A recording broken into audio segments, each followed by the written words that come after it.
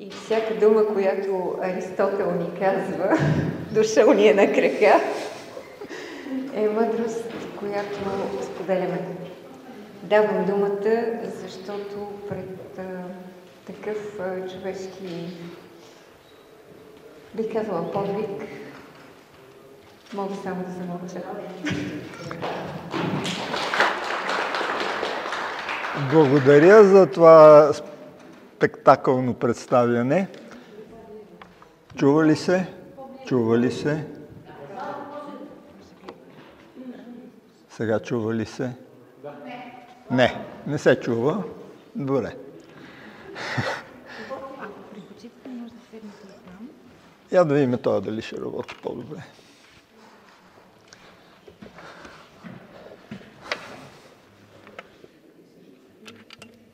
Сега чува ли се? Пак не се чува.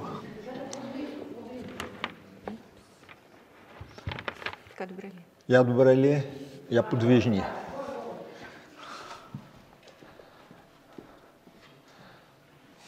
Да пробваме и третия вариант. Този работи. Сега? Сега вече е друга работа. Добре, аз тогава ще слеза долу, за да ми е по-удобно да гледам и екрана. Цяла сутрин и от вчера гледаме и слушаме лекции, презентации за това, че човек, когато има проблеми, трябва по някакъв начин да ги решава. Тук ни дават рецепти за това, за което, разбира се, всички сме много благодарни. Това, което вие сега ще видите, е не толкова пряко свързано с жертви и разрушения, когато пострадват хора, въпреки че този елемент е съществен, за да ви занимая с тази тема, но по-скоро да разберем, че и Земята като един жив човешки организъм реагира на различни дейности и действия, които по един или друг начин я събуждат или напротив я успокояват. А това, с което ще се занимаем днеска, в първата му част е случаят Санторини. Защо му обръщаме толкова голямо внимание? Защото не сме първо жители на това прекрасно островче. Хората, които живеят там, доста се стресираха, доста се наплашиха, много от тях се евакуираха. И дали с основание или не, се надявам да разберем сега от това, което ще ви разказвам. Само по себе си явлението се нарича сеизмичен рой и не е често срещано в нашата наука сеизмологията.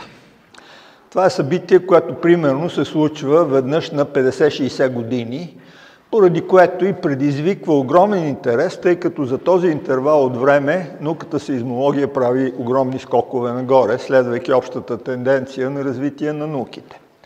И така, с какво ще се занимаем сега? Първо, какво е сеизмичен рой? Това, което се случи на Санторини, се нарича сеизмичен рой. Той се характеризира, както виждате, с поредица от земетресения, които не са особено силни, интервалите между тях са запълнени с по-слаби събития, които са огромно число, невъобразимо голямо число, което обикновенно не става при други трусове, при друг вид трусове.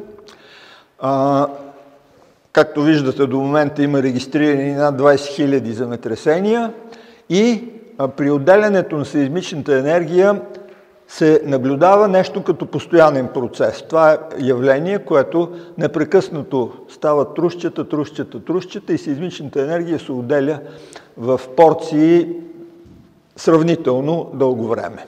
Следващия може ли да погледна? И така, къде се намира Санторини на общия фон на земетресенията, на земетръсната опасност в района на Балканите? Ето виждате в дясната част, това са земетресения, регистрирани от Европейския сеизмологичен център за периода от 1960 година до днес. Там, където е жълтата звезда, е остров Санторини, а това, което виждате на левия панел, са по-силните трусове, които показват как си взаимодействат сеизмичните и тектонични плочи Но аз няма да влизам в детайли тук, защото ще ми трябва много време, за да обясня какво се вижда. Във всеки случай тези топчици, които виждате нарисувани, дават информация за това, откъде идва натиска, а в случая той идва от южната страна, където се намира африканската плоча, която се подпъхва под северноегейската, тази, която е оградена с тази дъгичка, която най-отдолу се вижда. Следващия, може ли? Така, ето ви зум на това, за което говорих. Виждате острова Санторини, е от лявата страна, един стар вулкан, за който ще стане дума след малко, с грандиозно, експлозивно изпухване преди 16 века преди новата ера. На север се намира остров Аморгос, а между тях са разположени цяла поредица от разломи, които образуват цяла разломна система, поради което и затрудниха учените. Защо? Сега ще стане ясно. Това, което виждате вдясно, в долния панел, е броя на земетресенията на трусовете от 28 януари, когато започна явлението, някъде до към 15-16 март, когато започна да затихва очевидно. Като по вертикалата е нанесен магнитуда и размера на кръгчетата отговаря на магнитуда на съответните трусове.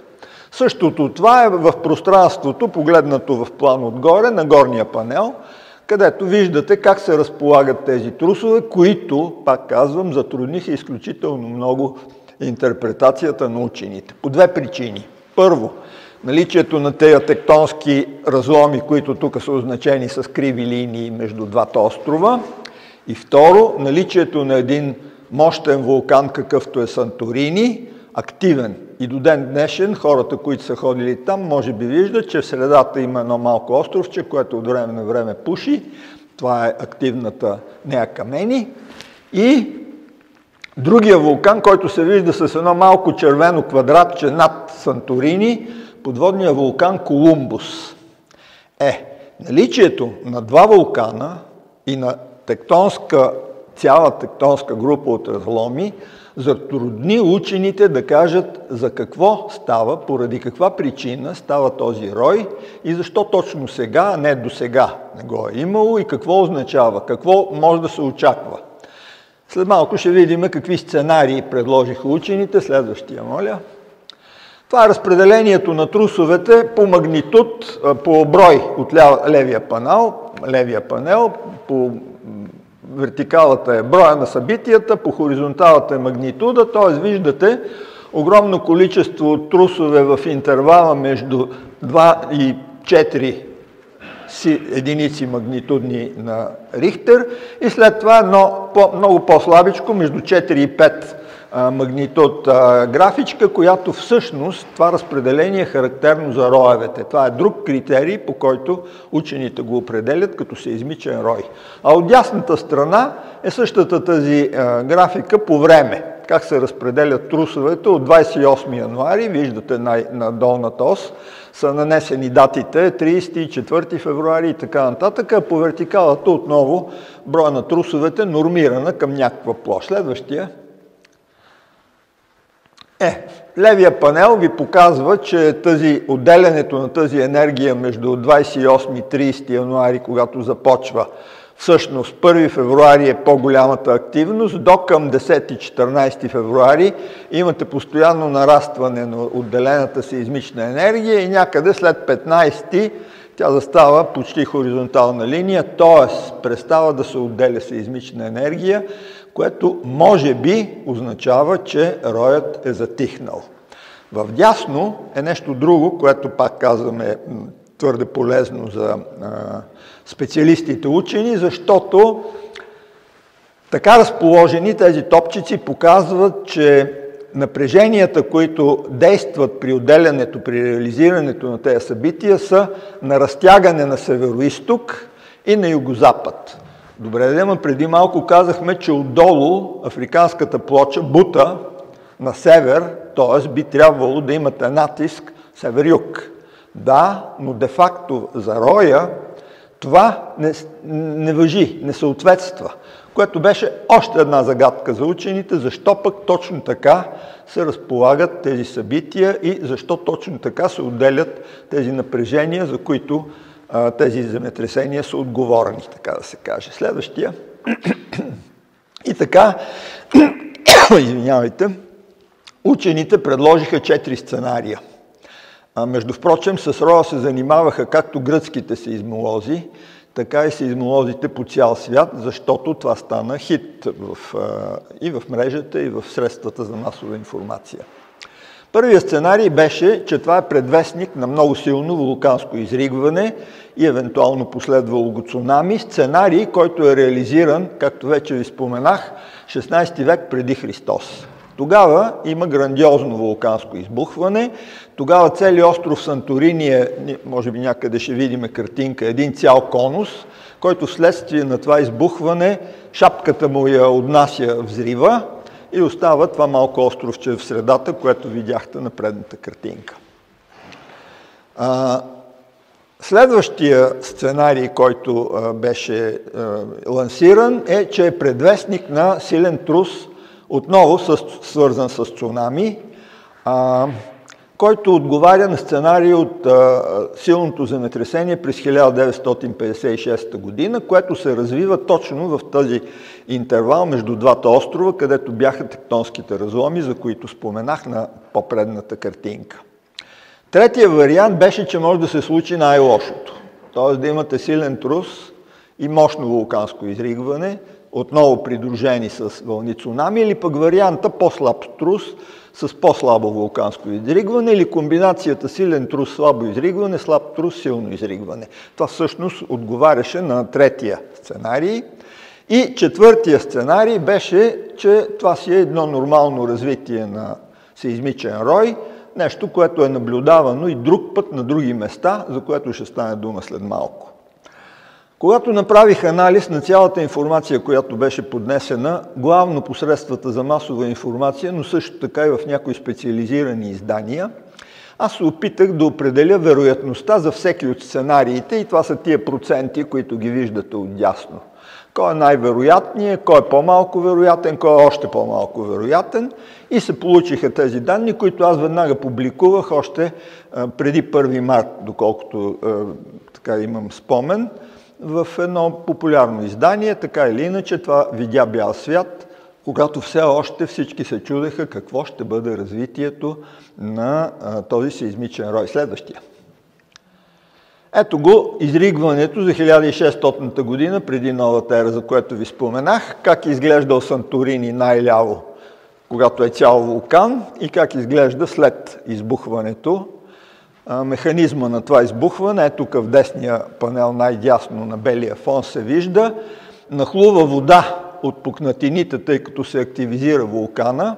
Тази вода нахлува в магмената камера, вследствие на това се изпарява драстично, т.е. имате ефект на взривен парен котел, да го наречем така, и цялата шапка на острова отхвърква. Виждате, нищо не остава от нея. В средата само малките островчета, които демонстрират сегашната активност на вулкана. Това, което виждате като на десния панел от лявата страна, това е целият слой, който се е натрупва в продължение на милиони години и който се разкрива след това избухване. Значи, отдолу нагоре цялата маса е отнесена и това остава като пререз, фактически природен пререз на това, как е изглеждало натрупването на тези слоеве в годините преди вулкана да избухне в 1600-та приблизително година преди Христа.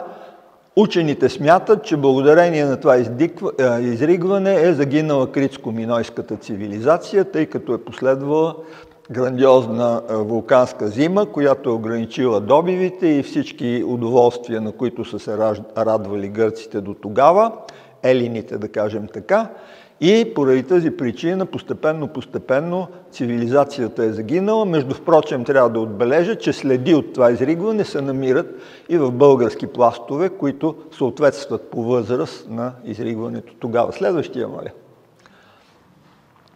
Ето как изглежда тази картинка предната, само че в целия разрез на острова.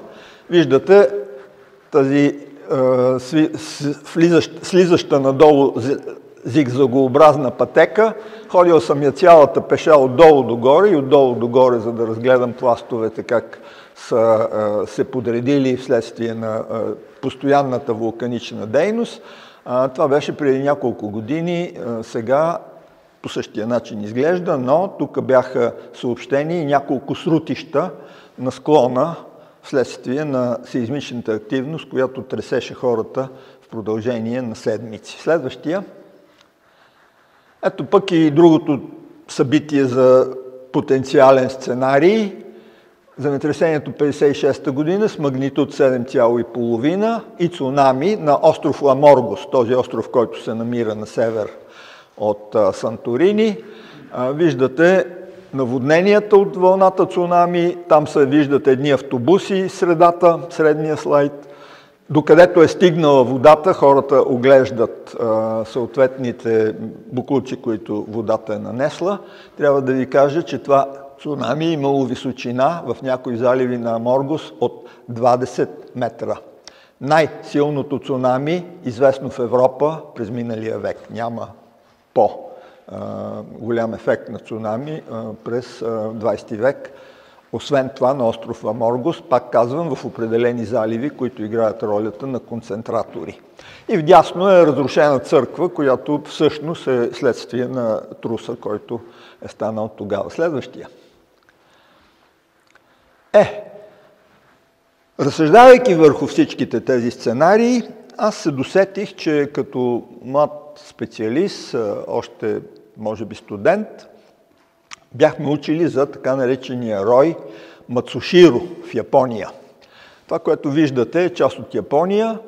Червената звездичка представлява, защото всъщност всичко като сценарий беше разисквано до тук и бяха взети предприети мерки от гръцките власти, при това доста адекватни, трябва да им се признае. Първо затвориха училища, след това казаха децата да удължиха ваканцията на децата, след това казаха хората да не стоят в близост до басейни или близо до морския бряг, след това казаха да се пазят от свличащите се, срутващи се камъни надолу и най-накрая стигнаха до евакуация, при това доброволна, който искаше, можеше да се евакуира. Всичко това идваше да покаже, че очакванията на обществото бяха грандиозни. Какво ще последва? Какво може да последва? Ще стане ли някой от тези сценарии? Кой от тях? Моите гръцки колеги бяха изключително внимателни в поднасянето на информацията и аз дълбоко ги разбирам. Представете си, че това стане у нас. Какво ще стане с сеизмолозите? Представяте ли си на какъв натиск ще са подложени всички тези хора да кажат какво става и като сте толкова велики учени, що не знаете? Така че те действаха много прилично, много адекватно, но не знаеха какво ще последва и не знаеха каква е причината за този рой от сеизмични събития, от земетресения. Връщам се на това, че съм се сетил за роя Мацуширо, който става през 1965 до 1967 година, 2 години продължава и са регистрирани над 1 милион земетресения. Уникално явление в цялата история на сеизмологията. И започват хората да се питат какво е провокирало този рой, също както какво е провокирало роя на Санторини. Разравяйки се из разните научни публикации от това време, намирам една статия, която казва, че през 1964 година става известното земетресение в Ниигата, което е с магнитуд 7,6, което според японските учени предизвиква роя в Мацуширо, който започва 1 година след това и продължава 2 години. И моята аналогия на мислене беше, дали не е нещо подобно, дали не наблюдаваме нещо подобно, какво може да провокира този рой, тази болна точка, която всъщност се възпали по това време в Санторини. Как доказват японците? Тук няма да влизам в детайли, но идеята е, че успяват да направят изследвания на геохимичните свойства на подземните води и газовете, които се образуват и доказват, че има връзка между двете събития. Следващия. Малко за България. Имали ли сме такова нещо, нямали ли сме, кога се е случвало? Това, което мога да спомена е, че през 2001 година става един сеизмичен рой между Сливен и Ямбол, при което са наблюдавани около 100 земетресения за продължение на един месец. С магнитуд над 4 са най-силните трусове. Кръгчетата тук ви показват, че са 4-5 такива събития, изпълнени между тях с множество по-слабички, които дори не могат да бъдат точно локализирани, защото не са записани на всички станции. Следващия има и друг рой в България, 1909 година в същото място. Тоест това място у нас е характерно, че генерира роеве.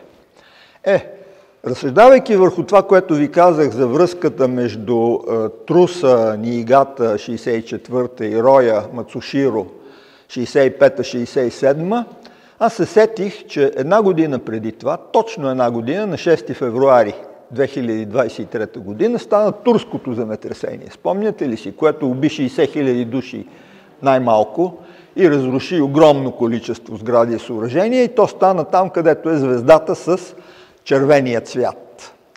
Защото противоречията между това натиска от юг на север и разтягането от североизток и югозапад, което ви показах на предните слайдове, никак не се връзва с общата геотектонска обстановка. Защо? Откъде на къде? След като имаме бутане от юг с кафявите стрелки и стоене на северната плоча неподвижно, изведнъж се появяват, както показаха там голямото количество слаби трусове, се появяват сили на разтягане североизток-югозапад.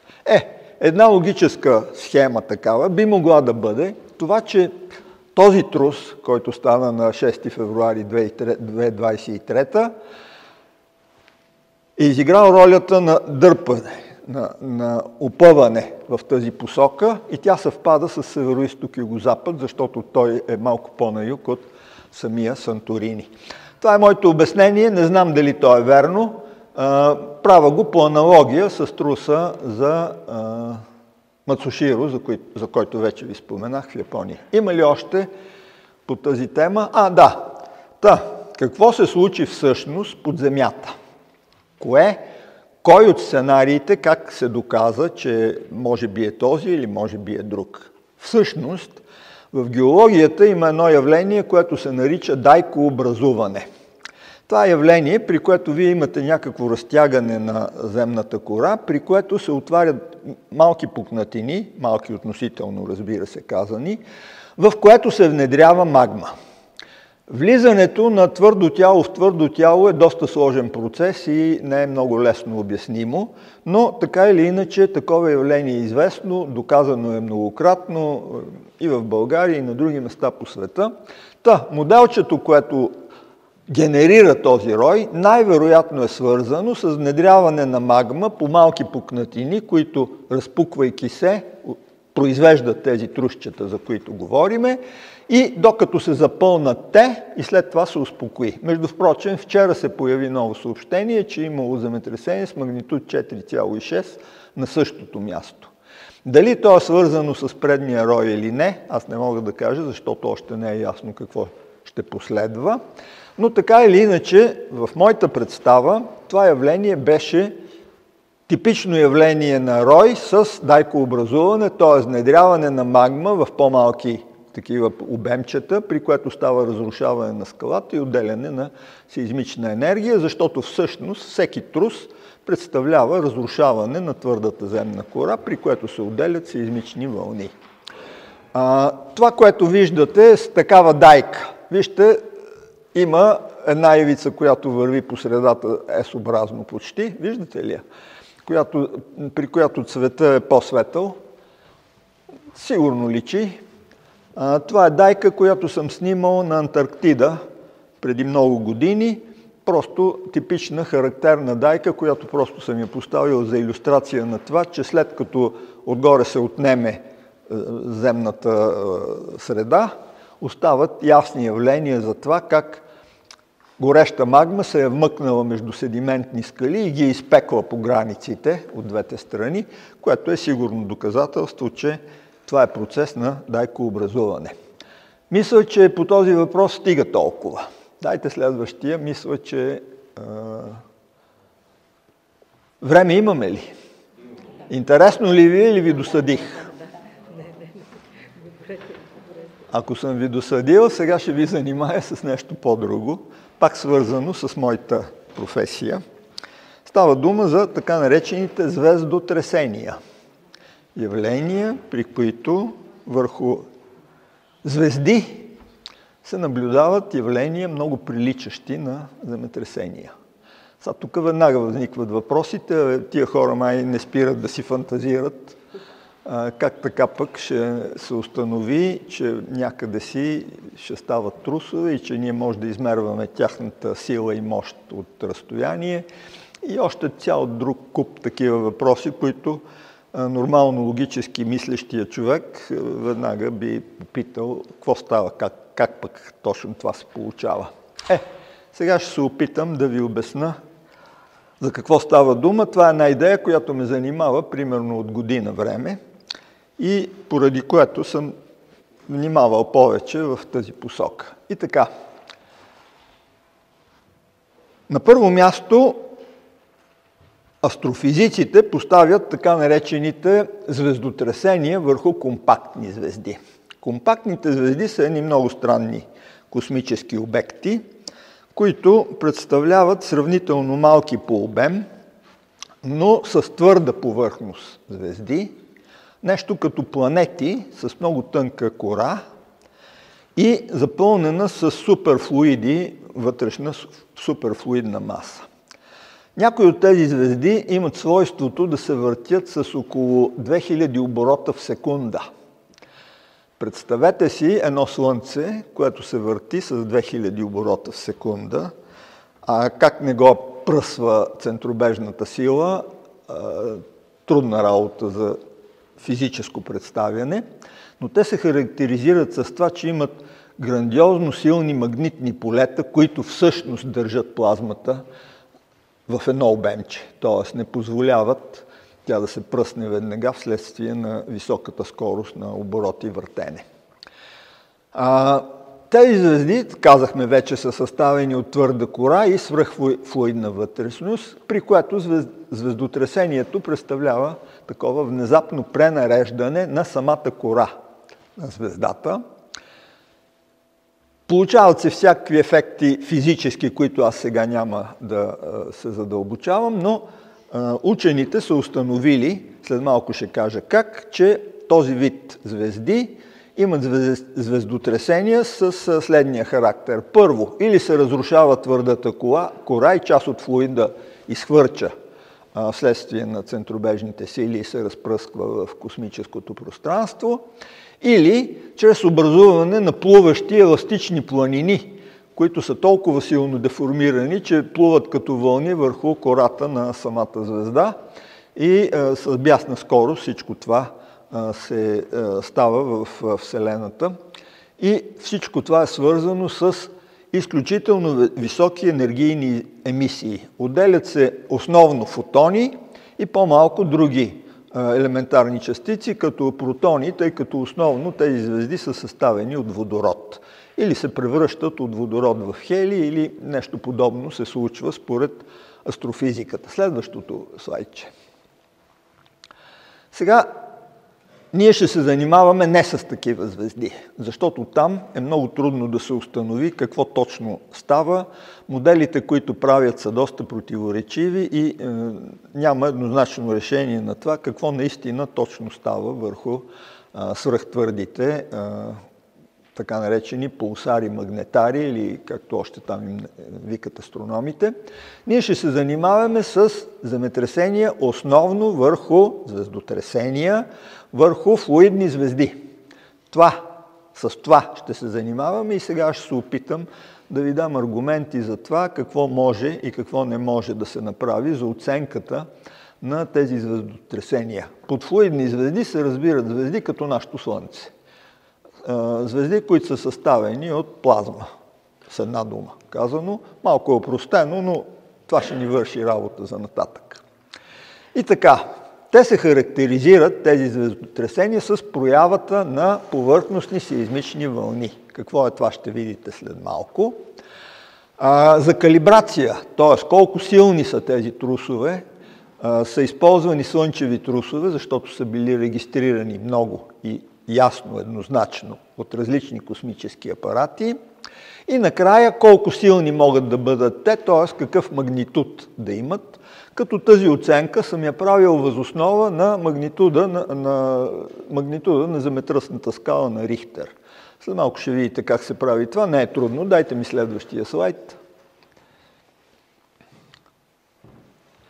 Какво представляват? Вече споменахме земетресенията, сеизмичните събития. Това са явления, при които става разрушаване на твърдата земна среда, вследствие на което се образуват, все едно счупвате средата и се образуват сеизмични вълни, които се разпространяват във всички посоки. Какви вълни обаче се появяват? Това е важен момент и затова малко повече ще ви образовам в областта на сеизмологията. Когато почукам тук на тази маса, в нейния обем възникват 4 вида сеизмични вълни. Така наречените първични, така наречените вторични, така наречените повърхностни вълни, които са 2 вида, и звуковата вълна, която чухте от почукването, т.е. 5 вида общо. Тези вълни се характеризират с това, че имат различни свойства и различат и реагират, т.е. се модифицират от средата, в която се разпространяват. В нашия случай от дървото, върху което почуках. Първите 2 вида, P и S вълните, се наричат обемни вълни, защото се разпространяват в целия обем на масата. Другите 2, R и L, на релей и на лав вълни, така се наричат по имената на учените, които са ги открили, се разпространяват само по повърхността на нашето тяло, за което става дума.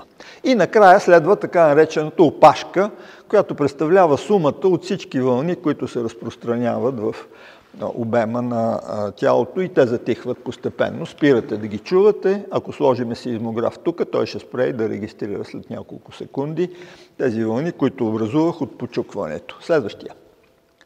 Ето ги видовете вълни, за които ви говоря. Най-отляво са така наречените P или първични вълни, при което трептенията се разпространяват по посока на разпространение на сеизмичния лъч. Под тях са така наречените S вълни, които се разпространяват перпендикулярно на посоката на разпределение на сеизмичния лъч и характерно за тях е, че не преминават през течни среди. Те не могат да живеят в течни среди.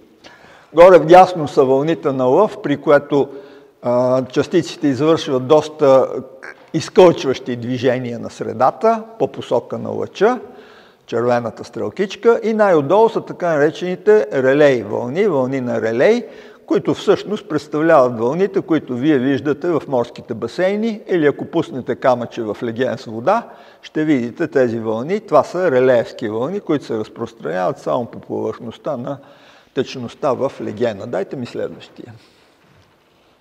Ето как изглежда една сеизмограма. Това е типичен запис на сеизмограма. Най-напред се регистрират P вълните, защото са най-бързи. Те се разпространяват с най-висока скорост. Следват S вълните, които са с много по-голяма амплитуда. Виждате ги S вълните с много по-голяма амплитуда и които се разпространяват по-бавничко и идват по-късно, поради което това дава възможност да определите разстоянието до източника. Така се определят параметрите на труса, дали са станали в Перу или в Япония. След това следват повърхностните вълни, където пише амплитуда, и най-накрая така наречената опашка, която затихва в времето. Отдолу е времето в секунди на едно типично земетресение. Дайте ми следващия. Ето сега как се определя рихтерския магнитуд, магнитуда по Рихтер, както често го наричат мас-медиите. Това е сеизмограмата, каквато ви демонстрирах преди малко. За да определите магнитуда по Рихтер, трябва да измерите максималната амплитуда на целия вълнови пакет, който виждате, да я разделите на периода на точно тази амплитуда, която сте взели, да вземете логаритъм от тази стойност. Защо логаритъм ще стане ясно след малко, и това ви дава стойността на магнитуда в зависимост от големината на тази амплитуда. Това зависи още от две неща. С каква апаратура го регистрирате, т.е. колко ви е чувствителна тя на колебанията и на какво разстояние от епицентъра го регистрирате, тъй като има затихване от епицентъра до вашия регистратор. Вдясно може да видите как изглеждат рихтерските магнитуди на съответните събития, а отляво по вертикалата отделената сеизмична енергия. Например, магнитуд 8 има земетресението, магнитуд 7,9 1906 година в Сан-Франциско, а магнитуд 9,2 има Аляскинското земетресение 1964 година. Подобно на него беше и земетресението в Япония 2011 година, следващия. Това е само за ориентация. Ето ги тук сравненията между земетръсната енергия и честотата, с която се срещат тези земетресения. Имате безбройно много сеизмични събития, които се регистрират ежедневно от сеизмичните станции по цялото земно кълбо. Малки земетресения с магнитуд между 3 и 4 от лявата страна равняват се на около 300 000 тона тринитротонол в дясната страна и така нататък. И виждате, че магнитуд 10 има от порядъка на 300 трилиона тона тринитротолол, т.е. имате 300 милиона бомби с сила от порядъка на този в Хирошима. Следващия. Какво направихме ние? Това, което виждате, са вълните, които са регистрирани върху слънчевата повърхност по време на слънчево изригване. Значи белата ивичка, която я виждате тук, всъщност представлява протуберанса, когато имате изригване на Слънцето, а около него се образуват тези кръгови концентрични вълни, които всъщност са аналог на вълните, които бихте генерирали, ако пуснете камъче в леген. Тоест, ако вие имате размера на разстоянието между два върха, т.е. амплитудата, периода между две последователни окръжности и амплитудата, височината на тези вибрации, които са се образували, можете да определите магнитуда по формулката, която преди малко ви показах. Тук, на десния панел, всъщност има, вероятно не виждате ясно, но това са километри. 0, 50, 100 по 1000. Даже колко си, мисля, че са мегаметри, да. Така че, вие може да премерите и да трансформирате в магнитуд това слънцетресение. Следващия слайд. Хората са направили това. Преди да го видим как са го направили, някъде първото слънцетресение е регистрирано от космическата сонда Сохо.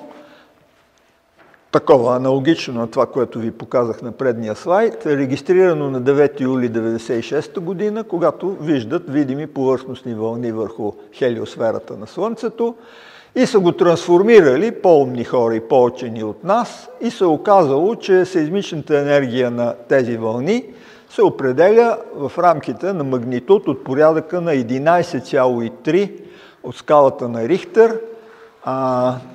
Такова земетресение на Земята не може да стане, защото това означава да отхвъркне част от Земята в космическото пространство. Земята е така балансирана, че няма да позволи откъсването на парче от нейната кора, която да отхвъркне в космическото пространство, поради което такъв магнитуд е немислим за условията на Земята, но, както виждате, за Слънцето не му пречи нищо. И така, започвайки аналогови изследвания, хората правят цяла поредица от такива измервания по време на активната слънчева година, натрупва се статистика достатъчно и така нататък. Оказва се, че може да определите магнитуда най-минималното слънцетресение, което не може да превишава 8-9, т.е. съизмеримо с мощните трусове на Земята, най-мощните трусове, докато горната граница се определя от размера на звездата. Дайте следващия слайд. Сега тук идва нещото, което ни позволи да говорим и за сила или магнитуд на звездотресенията извън Слънцето. Т.е. на базата на аналогия и на екстраполация да може да се определят подобни ефекти върху други подобни на Слънцето звезди. Това, което виждате, се нарича диаграма на Херцпрунг-Русел. Дали го произнасям правилно, не знам, но във всеки случай тя дава връзката между повърхностната температура на съответната звезда и светимостта на звездата, която е по вертикалната ос на левия панел. Оказва се, че всички звезди в Вселената се подреждат доста ясно в една такава класификация, където имате един главен ред, който е по диагонала на графиката. Долу в ниското имате така наречените бели джуджета, горе вдясно имате така наречените гиганти, звезди-гиганти.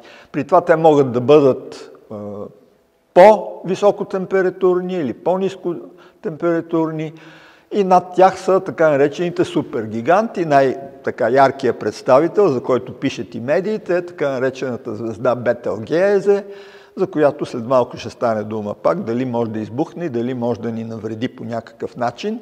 А в на десния панел всъщност има нещото, което вдъхновява Рихтер да измисли магнитуда на трусовете. Това е така наречения абсолютен магнитуд на звездите, при който обаче нещата са обърнати надолу с главата.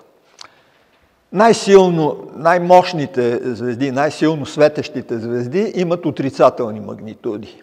Най-слабо светещите звезди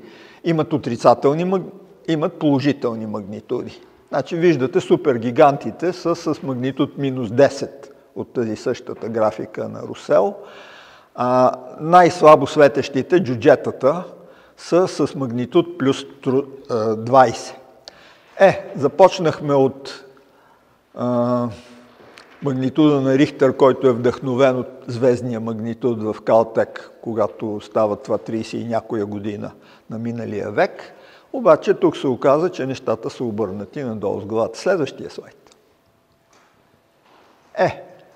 Както видяхте в предната картинка, отделните видове звезди са подредени в различни спектрални класове, кръстени с някакви букви, като Слънцето обикновено служи като единица мярка за размера на всички звезди. Една звезда може да има 2 слънчеви маси, 3 слънчеви маси, 15 слънчеви маси. Бетелгеезе, за която споменахме, има около 70 слънчеви маси, т.е. 70 слънца са събрани в една звезда. Използвайки принципите на линейната екстраполация и калибрацията за слънцетресенията, ние съставихме една скала, табличка, която дава възможност да се мерят, да се оценят какви евентуално по мощ звездотресения могат да се наблюдават на различните звезди. Следващия слайд, мисля, че показва тази графика. Преди това, само да знаете за информация, че 90% влизат в класа между 0,2 и 2 слънчеви маси. Тоест, огромното количество звезди в Вселената се намират в сравнително тесен диапазон на размер. Сравнително 2 слънца, най-много, и четвърт слънце от долната страна. Давайте следващия. Ето ги как изглеждат по параметри. Слънцето, мисля, че е тук единица, дето пише 1,1,1,1 на Г. Точката, 5700 градуса Келвин. Колко години живеят и други параметри, които астрофизиците си знаят. Виждате, супергигантските са в най-десния долен ъгъл и при тях могат да имат огромни размери с огромни маси и високи температури. Следващия. Ето какво би станало, ако Бетелгеезе избухне. Има хипотетични сценарии, защото тя започна да мига преди няколко години и хората казаха, подготвя се взрив на тази супергигантска звезда, който може да засегне и Слънчевата система, тъй като този взрив ще покрие размер на практически една Слънчева система. Това е десния долен панел, където се вижда, че ще стигне до орбитата на Юпитер със сигурност и отчасти до орбитата на Сатурн. Ако избухне, оказа се, че имат някаква грешка в измерванията, не се вълнува толкова активно Бетелгейзе и да избухне едва ли би представлявало опасност за живота на Земята. Следващия слайд. Ето е тази табличка, за която ви говоря. Отдолу са класовете на звездите, според онази таблица на Херцберг-Русел, а отляво са възможните магнитуди или диапазона, в който могат да се изменят магнитудите на различните типове звезди. Отдясно е евентуално сеизмичната енергия, която ще носят тези повърхностни вълни, за които говорихме при слънцетресението. Оказва се, че с различните цветове диапазона на изменение на тези магнитуди е оказан. Може да се стигне до 10 на 23 от флуидните звезди.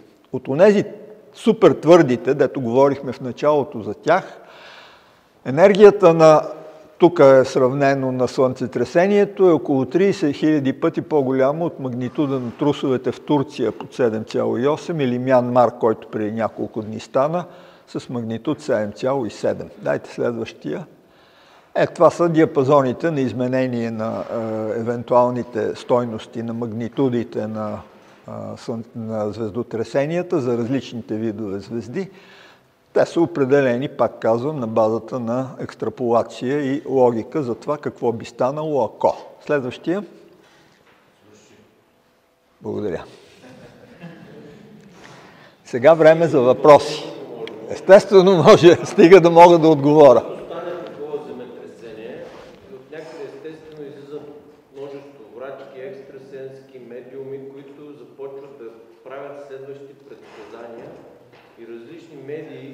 Примерно вестници, списания, онлайн сайтове, дори телевизии им дават веднага медийно внимание.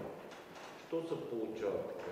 Веднага ще ви отговоря. Аз събирам прогнози на такива всякакви хора, екстрасенси, както искате ги наречете, вече 50 години. Отначало имам вкъщи един огромен плик с писма. Тогава нямаше интернет и такива неща. Получавах писма. Заради това, че пак явявайки се по медиите, си позволявах да казвам, че прогноз на земетресенията не е нужен. Не е възможен. Стоп, извинявайте. Защо се случва това? Нараства медийния интерес към такива хора и те веднага използват. Сега да кажа науката какво казвам по темата. Знаят се всички сеизмични пояси на Земята, т.е. местата, където може да се очакват по-силни или по-слаби земетресения. Знае се и максималния магнитуд, който дадено сеизмично огнище може да генерира. В България ние имаме 4-5, които могат да генерират трус с сила от порядъка на магнитуд 7, за което вече говорихме. Мога да ви ги изброя, ако се интересувате. Относно времето на реализация, успешните прогнози към този момент са една на брой.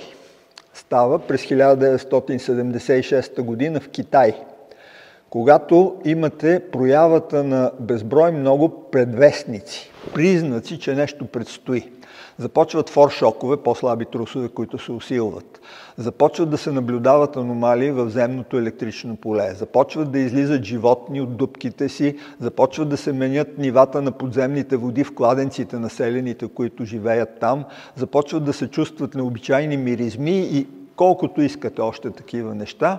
Властите по това време в Китай властва така наречената културна революция. Не знам, вие не знаете какво е това, но аз го помня. Цялата страна беше военизирана. Целият Китай бяха във военно положение. И благодарение на това е извършена евакуация на 1 милионен град 3 вечери поред. През деня не ги пускат да си влизат в къщите. През нощта ги евакуират. Милионен град, името му е Хайченг. На третата вечер става трус, който разрушава целия град и убива 20 на човека, които просто са се скрили, избягали, не са се подчинили на властите или каквото си искате. Били са сакати, болни, не знам каква е причината. И това се смята за единственото успешно прогнозирано земетресение с евакуация на хора.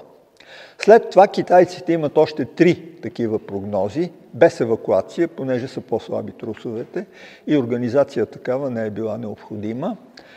И оттам нататъка има световни истории, свързани с темата на прогнозиране на земетресения. Създават се полигони в Русия, в Япония, в Съединените щати, Калифорния, които следят за наличието на такива предвестници, каквито са се появили преди земетресението в Китай, при това доста по-отдавна. И се оказва, че тук се появява един парадокс, който се нарича парадокс на нееднозначност на предвестниците, което означава, има предвестник, някаква аномалия, която апаратурата засича, няма трус. И обратното, няма никаква аномалия, става трус. 2 събития водят до ликвидирането на тези програми в Съединените щати и в Япония. Първото е земетресението в Калифорния, Лома Приета, ако не ме лъже паметта, 1991 година. Магнитуд 7, учените го проглеждат, т.е. не дават никакъв сигнал и сигнализация. Второто е в Кобе, в Япония, ако не се лъжа, 1993 година, когато отново се случва същото. И правителствата на двете държави решават, че повече програми по прогнозиране на земетресения няма да има. Ще се търсят активни разломи и други възможности, така нататък, но думичката прогнозиране не се използва. В Русия, вследствие на разпадането на Съветския съюз, полигона им в Гарм, където съм бил, беше унищожен от местните хора в Узбекистан и руската програма също беше закрита. Те имат трусове само на далечния изток, Камчатка. Руснаците имат сериозни земетресения само там в момента. Така че в този смисъл само Китай остана да поддържа своите масови измервания, тъй като имат много хора, раздават им елементарни приборчета и хората мерят. Но аз не съм чувал да има успешно прогнозиран силен трус в Китай. Напротив, съобщава се за трусове, които избиват доста хора и за които няма никаква информация, че са били предвидени. Това се отнася до така нареченото краткосрочно прогнозиране, при което науката не е в състояние да каже кога точно ще стане силен трус, като се има предвид под краткосрочно интервал от време от порядъка на дни до месец преди труса. Тоест, такава успешна прогноза към момента науката не е правила. Имаше 1 милионна програма, 100 милионна програма в Съединените щати. IBM я правиха. Събираха данни от всички датчици по цялото земно кълбо с цел успешна прогноза на земетресение.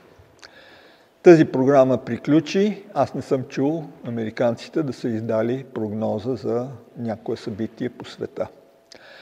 Напоследък се появиха надежди, че изкуственият интелект може да помогне. Правих едно специализирано изследване на съобщение, което се появи в нашите медии, което каза, изкуственият интелект прогнозира трусове с безпрецедентна точност. Бре, да му се не види, веднага се заинтересувах какво е това нещо. Намерих оригиналната статия и се оказа, че тя е публикувана преди година.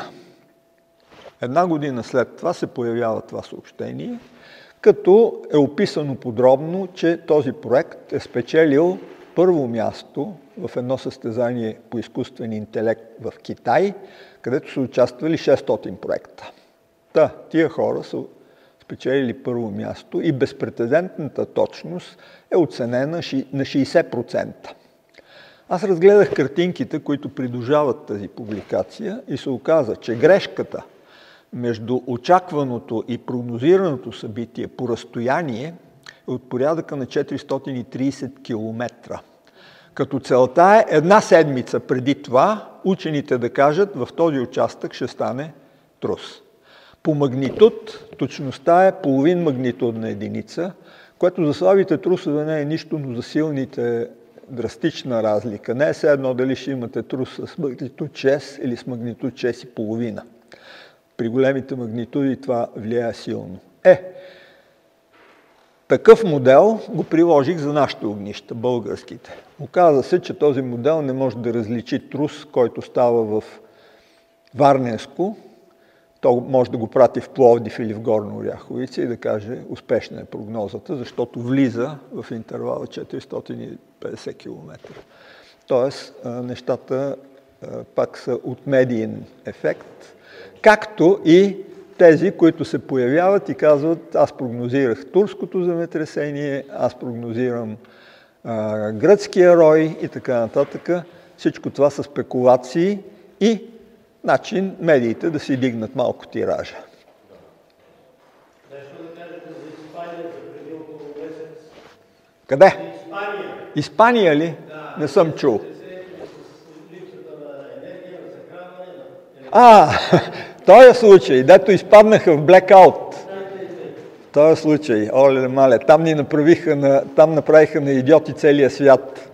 Защото се изправиха министър-председатели, единия каза едно, другия каза точно обратното и в крайна сметка не се разбра какво стана. Аз имам две хипотези. Едната е нормална, естествена, другата е конспиративна. Започваме с конспиративната. Харп. Теоретически Харп е в състояние да предизвика такъв ефект. Теоретически казвам. Откъде вада това заключение? Мой аргумент. Спомняте си северното сияние, което миналата година видяхме тук, в София. Поне беше много ясно. Аз не знам, сигурно тук още по-ясно е било, защото сте по-на север в Ботевград. Тогава Харп обяви. Правим експеримент, за да видим на какво разстояние, понеже се очаква слънчево изригване, всъщност слънчевите изригвания се наблюдават в момента на изригването и пътуват до Земята от порядъка на ден, два, понякога и три, в зависимост от посоката на протуберанса. Казаха, ние ще направим експеримент, ще напомпим ионосферата с това, което Харп прави, това му е предназначението, още когато е създаден 80-та година. Не се плашете, на около 50 на километра около Харп ще имате повишени сияния. Ма се оказа, че сиянията се повишиха по цялото земно кълбо, северното полукълбо беше осветено цялото и останаха изненадани и самите експериментатори. Сега наскоро направиха експеримент с 3 последователно изстрелвания на ракети, за да видят как изглежда разпределението във времето и на различни височини на ионосферата, която те бомбардират с радиовълни. Хипотезата ми, първата е Харп, може би насочено въздействие и удариха Испания. Защо? Не са се прицелили добре или по друга причина, не мога да кажа. Неконспиративната теза е, че има най-вероятно ефект от слънчево изригване, което те не поискаха да си признаят. Казаха от атмосферни явления и нищо повече не обясниха. Обикновенно в атмосферата стават явления, които нямат нищо общо с Слънцето в смисъл. В атмосферата стават бури, магнитни аномалии, такива неща, но те не са свързани с... Те са свързани, но в конкретния случай не са с това, защото нямаше нито бури, нито някакви облаци, нито дъждове по това време и по този начин пак така беше доста спекулативна цялата тази история. Така и не се разбра в крайна сметка. Това съдето системата се разколебава от слънчеви батерии и такива неща са общо взето шменти капели. Значи втория вариант е легализираната конспирация. Да, съгласих се. Кажете само с няколко думи.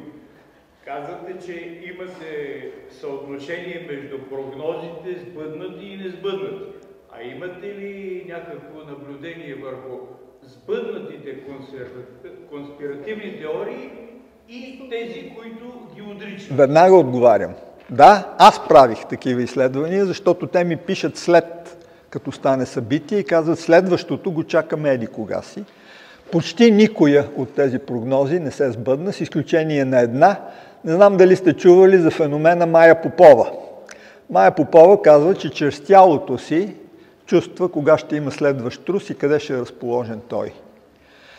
Тази Майя Попова, аз я познавам много отдавна. Тя е дъщеря на оня Попов, дето лежа в затвора по Тодор Живково време, един от малкото комунисти лежали в затвора заради далавери и спекулации, но това е друга тема. Ние не се засичаме с нея. Само малко уточнение. Аз не говоря точно и само за земетресение.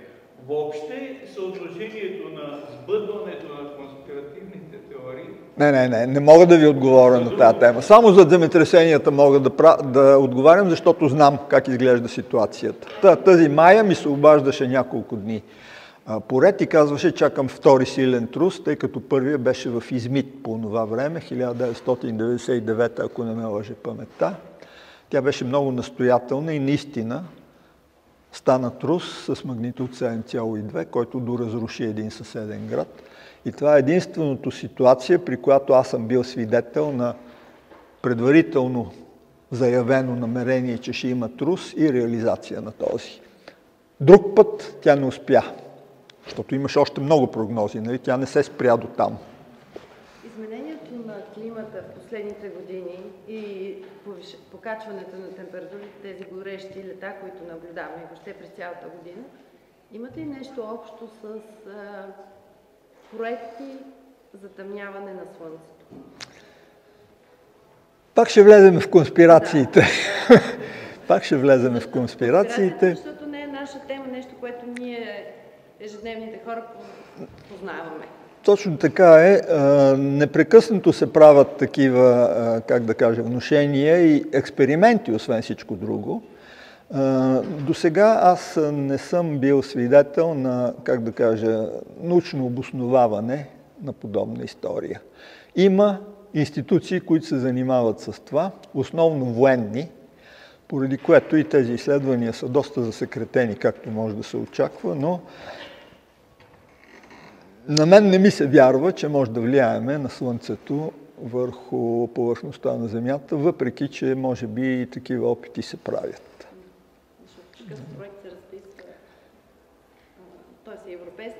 Да, и в Европа правят такива неща. Да. Англичаните са водещи в тая посока, да. А промяната на полюсите, около 50 км, мисля, че информацията годишно. За полюсите пак една лекция, 1 час, ако искате. Няма да стане. Сега ще ви отговоря кратко. Говори се за магнитните полюси, не за полюсите на въртене на Земята. Те са стабилни и практически не помръдват. Магнитните полюси наистина ускоряват своето движение, като бягат от полюса на въртене към екватора. И е факт ускореното преместване, но това изисква 50 метра е немалка скорост, но това изисква доста години, за да се случи това преобръщане, каквото, между впрочем, е документирано многократно на базата на геологически данни. Преди колко време? Последното е станало преди около 100 000 години. Тоест, човечеството е преживяло по някакъв начин подобна промяна на полюсите.